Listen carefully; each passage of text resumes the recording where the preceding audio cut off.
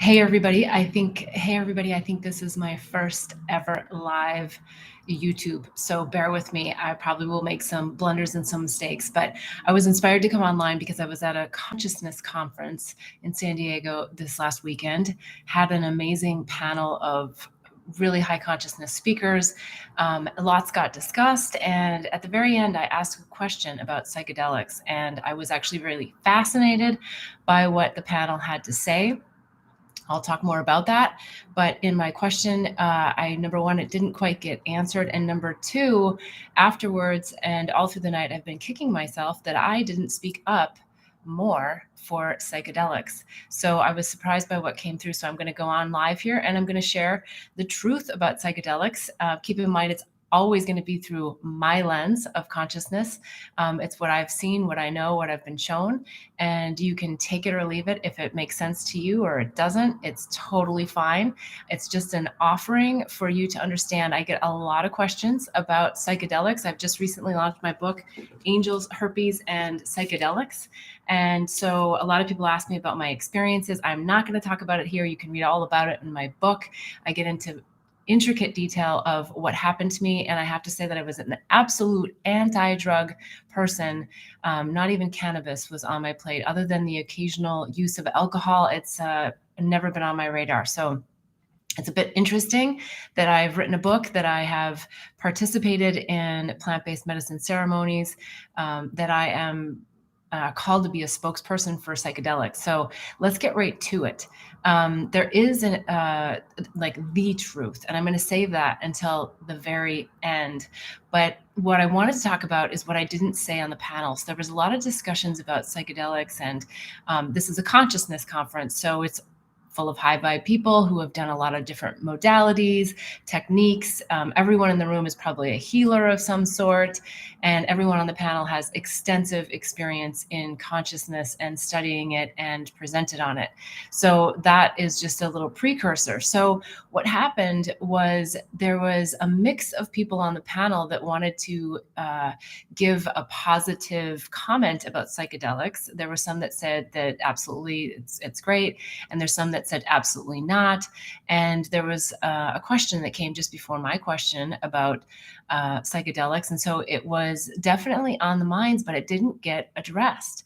The truth about psychedelics is that it can take you wherever you want to go. And I think that one of the things that doesn't get talked about enough is setting, and server. And you have to have a high level of discernment to understand these three factors in order to make sure that you're protected, because you should be going into these ceremonies for a sacred space. And without that sacred space, a lot of funny business can happen. And that's actually what my question was about, because I had people on the panel that talk about DNA, they talk about entities, they've had their own experiences. And so it was something that I wanted to get into a little bit more, that setting, and server is so important. And it's also really important that you have a spiritual toolbox, because if you are jumping into a psychedelic journey and you've done nothing on the spiritual realm, you have no toolbox whatsoever, it's going to be really hard when you get shot way out there and all the concepts that you know about are dismantled, or many of them are dismantled, or some of them are dismantled, and you come back here and you go, and now what do I do?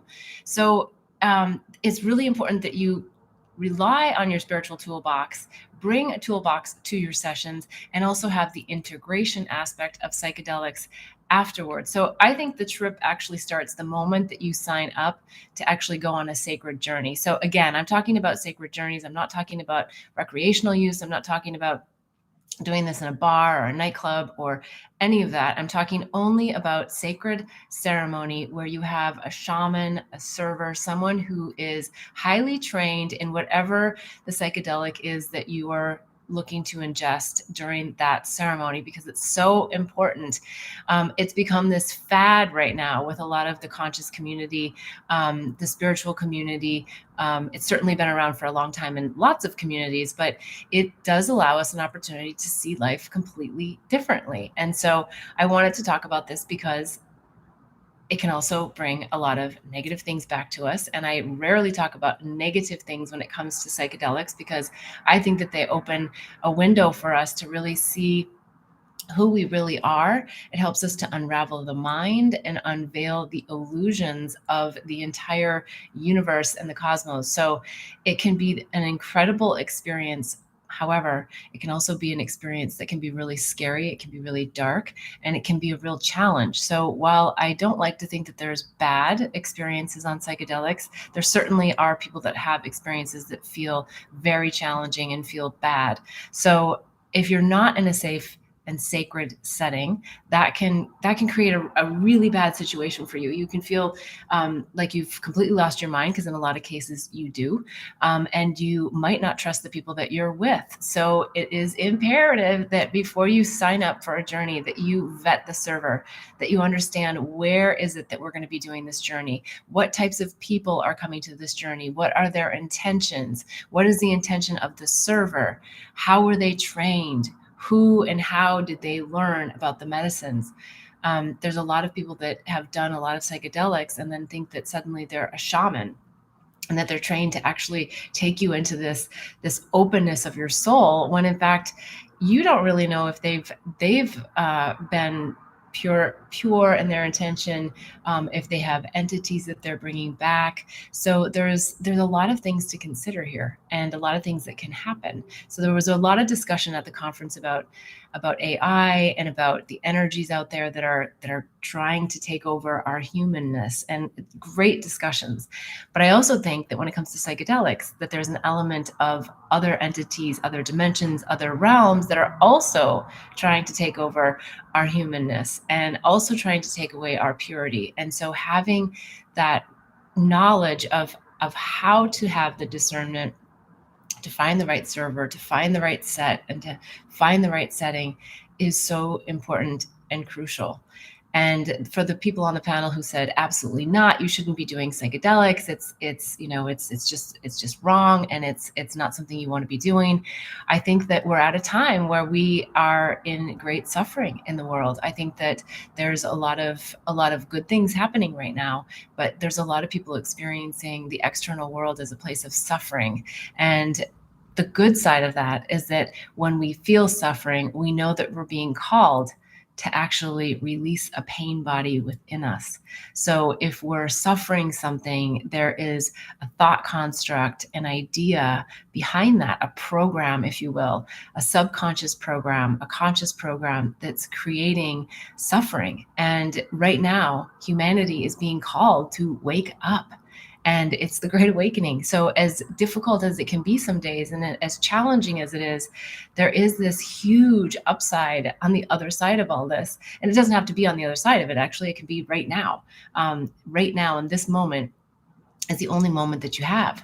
And the decision that you decide to make about how you're going to experience this moment is all about you and your mind.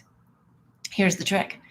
You're being run by your subconscious mind a majority of the time. It's the programs that you got installed or were instilled, before you were 7. So it's the way that you learned love. And everything is either love or fear. All of your thoughts are based out of those two things. And so what we want to do is get back to love and reduce the fear-based thoughts and start to see life from a different perspective. But that good old ego mind gets in there and just raises havoc. And it creates this situation where you can't actually get out of your own programming. Sometimes you don't even know you're in it. And then sometimes you hear your mind saying it and you just don't know how to stop the craziness of the mind. And that would be the default mode network. And what psychedelics can do is help stop or reduce the default mode network to where you actually then are listening to your higher self, your spirit, your soul, and you're starting to get more in touch with your soul's plan as opposed to your ego's plan. And the external universe is pretty much set up so that it's going to reflect to you whatever your ego mind and your subconscious mind want to see. And right now, for a lot of people, that's suffering.